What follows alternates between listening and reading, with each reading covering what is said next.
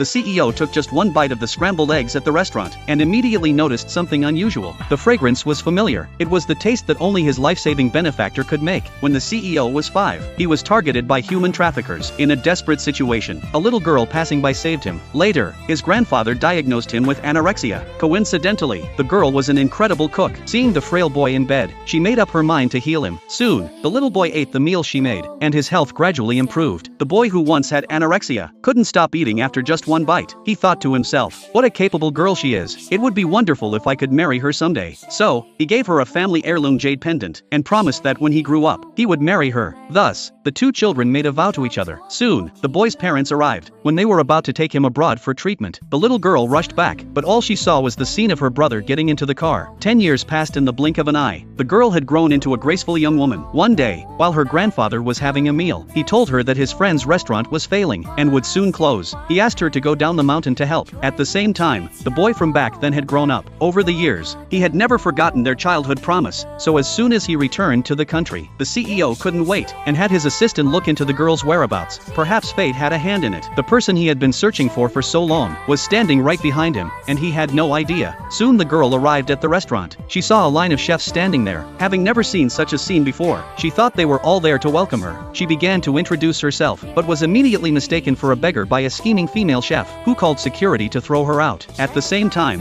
the CEO received a call from his grandfather, who told him that his friend's granddaughter was coming to help manage the restaurant, and she would arrive soon. After hanging up the phone, the CEO saw a girl struggling with the security guards. When he rushed over to stop it, a vase fell from the sky and nearly hit them. In this moment of danger, it was the girl who stepped in and blocked it. Both of them fell to the ground. When the girl got up, the assistant was in a panic, because ever since the CEO was kidnapped as a child, he had developed a sensitivity to physical contact with strangers. But the girl's close contact with him hadn't affected him at all. As he wondered if the girl might be the wife he had been searching for, the scheming female chef grabbed the CEO's hand, and to everyone's shock, the CEO immediately broke out in a rash. It seemed he was only not allergic to the girl. To confirm whether she was the one he had been looking for, he decided to keep her. Little did he know that keeping her was the best decision he had ever made. She served several dishes, but the food critics didn't even pick up their chopsticks. In the kitchen, the others mocked her. They thought she was just a beginner with flashy skills. To prove herself, she and the female chef made the same boiled eggs for a showdown. At that moment, the manager came to the kitchen to rush the dishes. He saw the food was ready, picked up a plate at random, and it just so happened to be the one the girl made. The scheming female chef didn't believe in the girl's skills and rushed to grab the dish back, but it was already too late. The food critics had begun tasting it, confident in her cooking skills. The girl was a disciple of a master chef. The critics were blown away after one bite. They couldn't stop praising her, saying it was the true taste of scrambled eggs. The CEO, without hesitation, tried a bite and found the taste identical to the eggs his life-saving benefactor once made for him. Just as he thought he had found the girl, the scheming female chef stepped forward and claimed that she had made the dish.